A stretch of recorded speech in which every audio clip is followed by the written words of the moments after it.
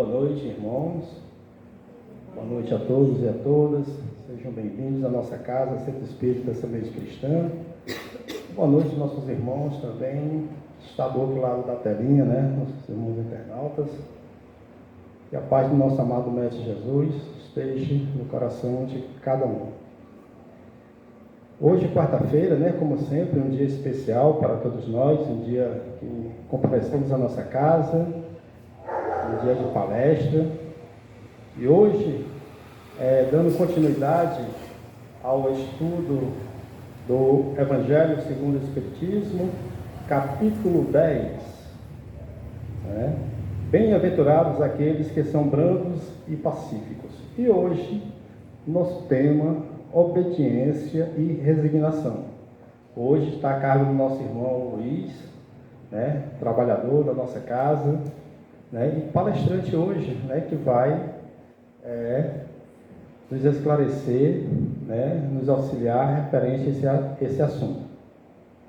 Que a espiritualidade possa estar com ele nesta noite, iluminando, para que ele possa, da melhor maneira, explicar esse assunto para todos nós.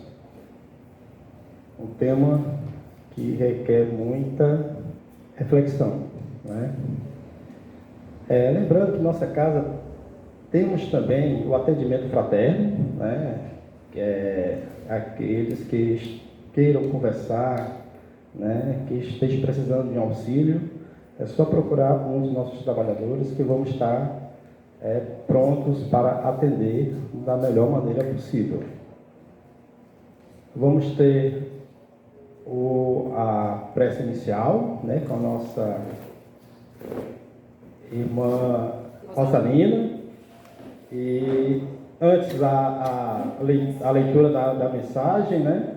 A palestra e em seguida a prece final. E hoje a mensagem com a nossa irmã Laís, né? Da Juventude Espírita Eurípides Passanova.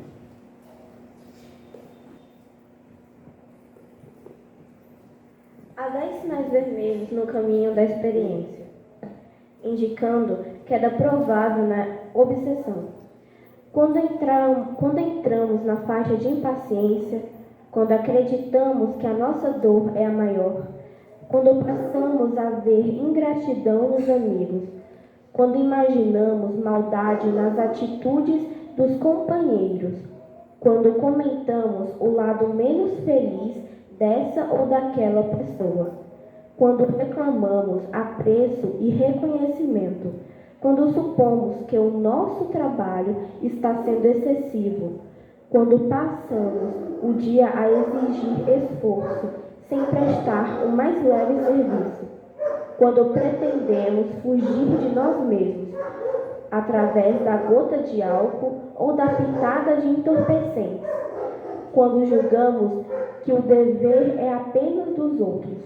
Toda vez que um desses sinais vem a surgir no trânsito de nossas ideias, a lei divina está presente, recomendando-nos a prudência de parar no socorro da prece ou na luz do discernimento. Boa noite. Vamos nos concentrar nesse momento, agradecendo a espiritualidade amiga que se faz aqui presente, o apoio necessário a cada um daqueles que estão aqui, em especial ao nosso palestrante de hoje, Luiz, que estejamos com os fluidos necessários para nos alimentarmos desse conhecimento, que tenhamos um bom encontro, que assim seja. Boa noite a todos. Hoje, nosso tema é obediência e resignação. Para iniciar a nossa reflexão, eu trouxe uma mensagem de Hipócrates, pai da medicina. O homem deve saber que de nenhum outro lugar, mas apenas do encéfalo, vem a alegria, o prazer, o riso e a diversão, o pesar e o luto, o desalento e a lamentação. E por meio dele, de uma maneira especial, nós adquirimos sabedoria e conhecimento para a nossa vida. Enxergamos e ouvimos, sabemos o que é justo e injusto, o que é bom e o que é ruim, o que é doce e o que é insípido. E pelo mesmo órgão, nos tornamos loucos e delirantes, e medos e terrores nos assombram. Todas essas coisas nós temos de suportar quando o encéfalo não está sadio. Nesse sentido, opino que é o encéfalo quem exerce o maior poder sobre o homem, no homem. Nós iremos refletir essa mensagem devido ao decorrer do nosso tema. Obediência e resignação. Para nós entendermos obediência, o que significa obediência, obedecer, temos que começar pelo básico, digamos assim, pois é lá que está a base, a fundação do conhecimento, do esclarecimento. Pois, algumas vezes, nós confundimos obediência com outra palavra, pois obediência é um estado de alma conquistado pelo Espírito nas diversas encarnações. Pois para ser obediente é preciso não ser orgulhoso e egoísta, deixando que se sobressaia a humildade. Então, obediência não é sinônimo de submissão, mas um estado de espírito. E o que é um estado de espírito, estado da alma? É quando nós alcançamos uma certa evolução, ou seja, um certo esclarecimento que nós já passamos a colocar, a praticar os ensinamentos do Cristo, ensinados no seu Evangelho. É quando nós mantemos o equilíbrio espiritual, o equilíbrio de nossas qualidades, de nossas emoções, pensamentos, da nossa energia, atingindo o ideal supremo da felicidade, como Jesus. Jesus, ele alcançou, já tinha alcançado um estado supremo, um estado da alma suprema, pois nada atingia ele diretamente. E para cada situação, ele sabia como se sobressair, através da obediência, através da resignação, através da humildade, da paciência, assim por diante. O estado da alma conquistado é um caso a se refletir, pois para se alcançar, para se conquistar o estado da alma, nós temos que trabalhar através da reforma íntima. Trabalhar o que, Luiz? A forma que nós pensamos, a forma que nós sentimos, interpretamos a vida. Porque é pela reforma íntima que é sempre e em mais como saber adquirir e temos que como evoluir e não regredir, apenas crescer. Através da humildade, nós conseguimos nos sobressair. Como ele falou lá em cima, sem orgulho, sem vaidade, sem egoísmo. Mas isso é ao longo das nossas encarnações, que nós vamos conquistando a obediência,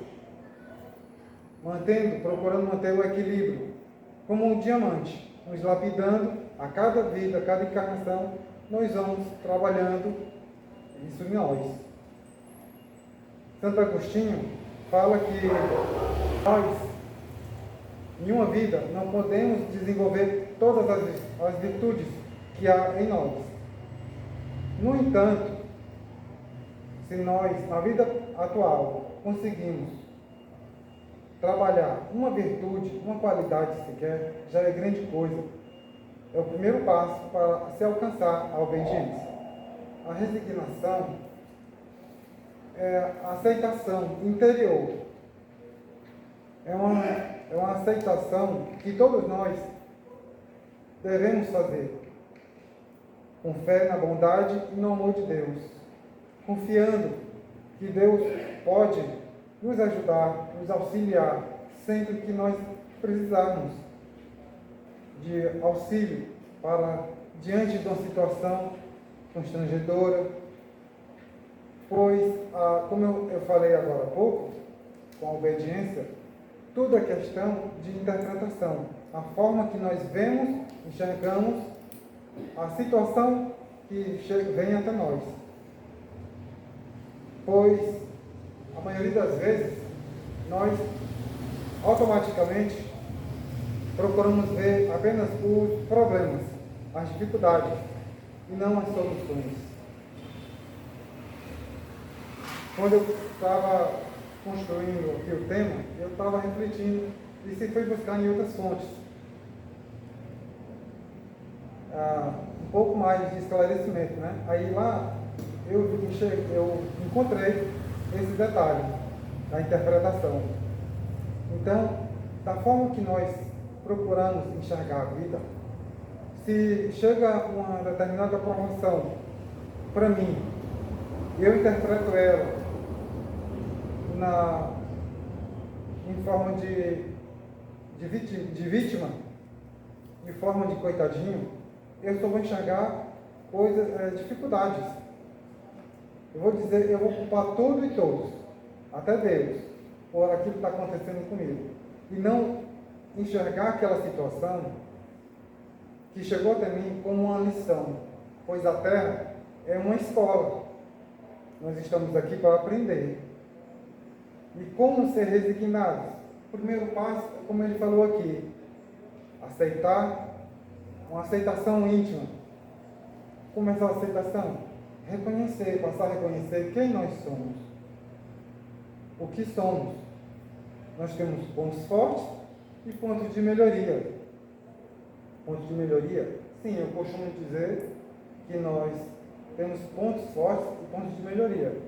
Eu não gosto de mim mesmo. Eu não gosto de dizer pontos fracos. Eu gosto de dizer pontos de melhoria. Porque os pontos de melhoria, o que está ruim, a gente pode melhorar através do conhecimento e da prática naquela virtude, naquela área. As provações que todos nós passamos são dotadas dessas duas qualidades. A pessoa se revolta, a pessoa chora, a pessoa culpa tudo, culpa todos. Jesus foi o exemplo dessas duas virtudes. Claro, é o mestre, né? O mestre, ele veio à Terra no momento em que a sociedade perdia-se nos labirintos escuros da imoralidade e da corrupção. O Evangelho nos mostra que a moral e a sabedoria devem caminhar juntas, pois assim o homem alcançará mais rapidamente os caminhos da redenção. A parte moral, moralista, e a parte da sabedoria, do conhecimento, devem sempre caminhar juntos, porque uma equilibra a outra. Aí volta lá na obediência. É um equilíbrio das nossas emoções, das nossas qualidades, que nós devemos trabalhar. Ah, mas eu não tenho como. E qual da virtude que eu vou trabalhar em mim? Para isso a resignação nos aconselha. Olhe para dentro, procure ver aquela que você está mais carente. Sempre a gente sabe onde é que a gente está falhando mais. É na paciência. Deus não nos dá paciência. A gente pede, oh meu Deus, me dê paciência para poder enfrentar isso. Mas Ele vai lhe dar paciência? Não. Ele vai lhe dar algo para você testar ou em prova a sua paciência. Assim por diante. Então, é tudo questão de autoconhecimento. A pessoa se conhecer através da reforma íntima, como nós falamos agora há pouco. Quando nós vamos trabalhando através da reforma íntima, vamos nos lapidando a cada segundo da nossa vida, a cada encarnação que nós vamos passando, nós vamos crescendo moralmente e despertando a sabedoria, o conhecimento. O obediente, ele deve ter coragem, deve ser determinado para poder encarar os obstáculos, as lições que vão chegar até ele. O resignado, ele deve aceitar o sofrimento como decorrente dos atos cometidos contra as sábias leis de causa e efeito. Mas deve ter coragem de lutar, consciente de que, se a vida fosse um mar de rosas, a nossa existência não teria sentido, pois, tendo tudo nas mãos, o homem se tornaria um estorvo inútil na terra. Se a vida fosse um mar de rosas, tudo que a gente quisesse construir, ou por prazer, ou por crescimento, se a gente recebesse, a vida não teria sentido. Paulo de Tarso tem um pensamento que ele diz: tudo me é lícito, mas nem tudo me convém. Encaixa perfeitamente aqui. Porque, traduzindo para o português, Deus nos presenteou o planeta Terra, para a gente crescer. A cada vida, a gente ir trabalhando, através da reforma íntima. Não é fácil, é difícil, mas não é impossível crescer. Não é impossível trabalharmos as nossas virtudes, despertarmos a resiliência. Uns já têm facilidade de trabalhar a resiliência, outros a indulgência, o perdão, mesmo passando por uma situação difícil na vida. São as qualidades, as nossas qualidades como espírito. A gente fez as nossas qualidades, a parte moral e a parte da sabedoria. Então, eu tenho que trabalhar dentro de mim as minhas qualidades. Mas quais são essas qualidades? É todo um leque de conhecimento, de virtudes que estão acesso. Permitido que nós possamos acessar. Mas como nós ainda estamos no planeta de provas e expiações, nós devemos trabalhar para poder alcançar. Porque, de acordo com Paulo de Tarso, com o pensamento que eu citei dele, toda a conquista da alma, como nós iniciamos aqui, lá na obediência, é medida de trabalho. Trabalhando com amor, com resignação, com humildade. São essas as qualidades, obediência e resignação, juntamente com tantas outras que caracterizam o homem de bem. Nós sempre ouvimos falar do homem de bem, né? Mas nós não nos perguntamos o que constrói, o que forma o homem de bem. São todos esses valores espirituais, que são o amor, o perdão, a resiliência, a indulgência. São vários. Cabe nós saber qual em que nós estamos falhando para podermos trabalhar em nós e despertar esse leque de perfeição de adiantamento moral em nós. Vamos procurar ver as soluções. Tem uma história, eu vou ser breve aqui, de onde uma tartaruga estava andando pela floresta e queria chegar na casa dela quanto antes, mas não prestou atenção no caminho e caiu numa armadilha bem funda. Ela não se machucou, mas como é que ela ia sair daquele buraco? 5 minutos depois, um leopardo caiu lá dentro e ela se assustou, deu um salto para trás, mas ela, fingindo que estava na casa dela, começou a reclamar com o leopardo. O que ele estava fazendo ali, se ele não sabia que ela não gostava de receber visita tão tarde da noite, que ele poderia sair dali logo. Estava brigando com ele, reclamando com ele. E o leopardo se zangou por causa da falta de comportamento da tartaruga, pegou ela e jogou com toda a força para fora do buraco. Moral da história: a tartaruga, nós podemos pegar a perspectiva da tartaruga. Diante de uma dificuldade, não vamos nos lamentar, não vamos nos fazer de vítima, ou seja qual for a forma. Não vamos reclamar, nos revoltar. Por que eu caí aqui no buraco? Por que isso é tão difícil na minha vida? Vamos encontrar, não vamos focar no problema, vamos focar na solução. A tartaruga, ela focou na solução. Utilizou o leopardo, a força do leopardo para poder sair do buraco. E foi para a casa dela. E o leopardo ficou lá dentro do buraco. Então, na vida, ela foi resignada, ela foi corajosa, foi determinada, utilizou da situação para poder sair do buraco.